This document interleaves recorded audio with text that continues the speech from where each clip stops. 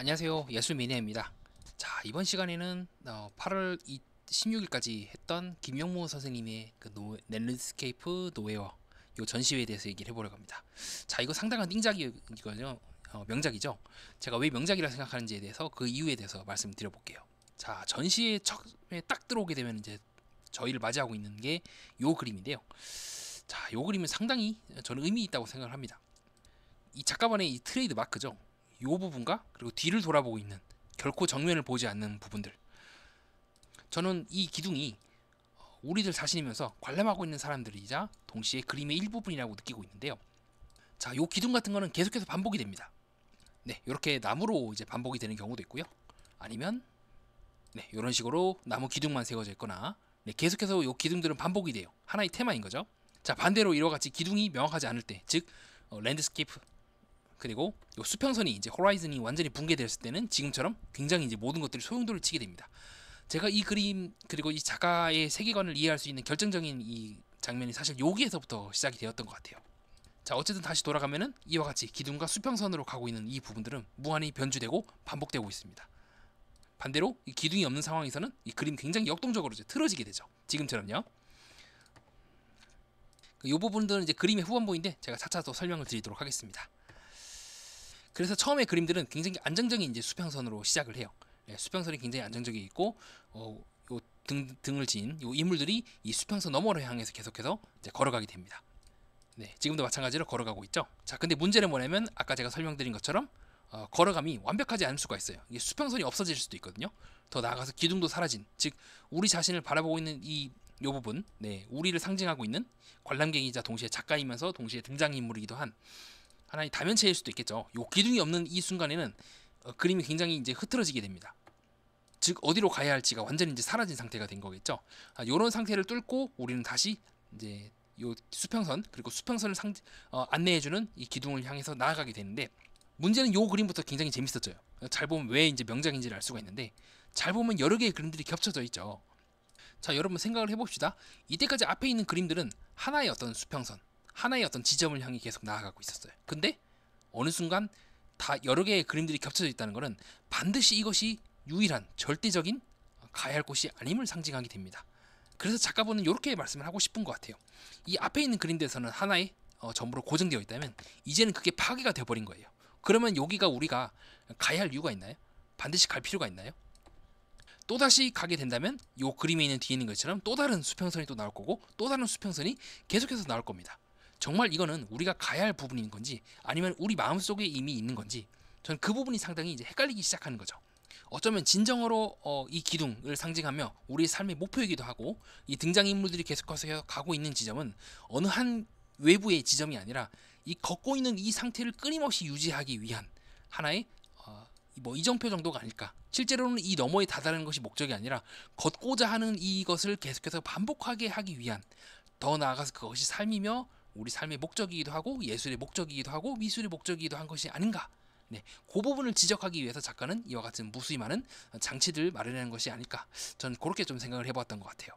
자, 그래서 수많은 등장인물들이 어디론가 하여간 가고 있습니다. 근데 이거는 동일한 부분의 지평선으로 가는 게 아닌 것 같아요. 왜 그러냐면 각자가 서로 다른 인물들이 각자의 방향으로, 각자의 수평선을 향해서 각자의 방향으로 가고 있기 때문이죠. 즉 이분의 요기와 이분의 요 등장인물의 요구는 각기 다 다른 상태일 겁니다. 물리적으로 봤을 때는 같은 곳일지 모르지만 각자의 심상세계에 따라서 도달하고자 하는 것은 실제로 다를 수가 있다는 거죠. 가령 지금처럼 이 젊은 여자가 도달했을 때 본 풍경과 이 늙은 남성이 도달했을 때 그 느낌은 다를 겁니다. 그래서 작가는 요 장치들을 통해서 각자의 심상세계에 따라서 서로 다른 세계에 도달하는 것, 나의 A가 반드시 상대에게도 A일 수가 없다는 것, 각자의 인생은 모두가 불가능한 구분으로 나눠져 있고 불가능한 수평선을 향해 고유한 길을 걸어가고 있는 고독한 것이 바로 인생의 본질이 아니겠는가라고 얘기하는 것 같아요. 자, 그런 측면에서 봤을 때 이 기둥은 상당히 재밌어요. 왜냐하면 이미 도달했죠, 수평선에. 근데 제가 아까 거듭해서 말씀드린 게, 이 기둥은 동시에 작가이면서 동시에 우리 자신이라고도 표현했습니다. 우리는 사실 이미 어쩌면 이미 요 목표 지점에 도달한 걸 수도 있어요. 근데 중요한 거는 더 이상 도달하느냐 아니냐가 중요한 게 아니다라고 제가 말씀드렸죠. 중요한 거는 바로 끊임없이 걷고 있는 이 상태를 유지하는 것, 이것이 바로 인생의 본질이 아니겠는가라고 작가분이 궁극적으로 말하고 싶어하는 말은 그게 아닐까, 그렇게 저는 생각을 해보았던 것 같습니다. 자, 그런 측면에서 봤을 때 이 그림 또한 겉으로 봤을 때는 이게 없어요. 기둥도 없고 아까처럼 계속해서 반복되고 있는 요 수평의 변주가 없어요. 그렇죠? 완전히 붕괴돼 버린 상태죠. 하지만 그럼에도 불구하고 이 그림과 이 그림은 요 작품은 사실 같은 세계, 즉 하나의 전시회 안으로 묶이게 됩니다. 왜냐하면 걷고 있는 이 상태가 궁극적으로 동시에 수평선에 도달하는과 동시에 수평선으로 가고 있는 이중적인 중첩 상태를 한다면 외부가 이렇게 물결을 치든 바다가 엎어지든 상관없이 별 크게 의미가 없어지는 거죠. 왜냐하면 내가 계속해서 바라보고 있고 걷기만 한다면 그것이 곧 요 그림과 요 그림에 있는 상태와 일치하기 때문인 거죠. 그래서 인생이라는 건 어떻게 보면 비록 각자의 수평선을 향해 걸어가고 있긴 하지만 그러나 각자가 보고 있는 이상향을 향해서 서로 연대하면서 가고 있다는 것을 말하고 싶어하는 게 작가분의 의도가 아니었을까, 저는 그렇게 생각을 해보았습니다. 근데 더 진짜 재밌는 게 있어요. 여기까지만 놓고 보면 뭐 전형적인 어떤 뭐 연대, 뭐 또 뭐 정치적으로 해석될 수도 있고 아니면 뭐 살아가는 아름다움, 그것에 대해서 작가분이 굉장히 독특한 자기만의 표현을 했겠군이라고 끝날 수도 있는데, 진짜 재밌는 거는 이걸 한번 꼽니다. 어떻게 꼽냐? 이런 식으로 꽈버려요. 라고 생각하는 것 또한 하나의 상태일 수도 있다. 그 상태를 우리는 한 번 더 밖에서 바라봄으로써 수평선을 설정하고 기둥을 설정하는 것 자체에 대해서 우리가 한번 외부의 세계에서 다시 한번 관조하는 것, 그것이 바로 진짜 자아가 아닐까?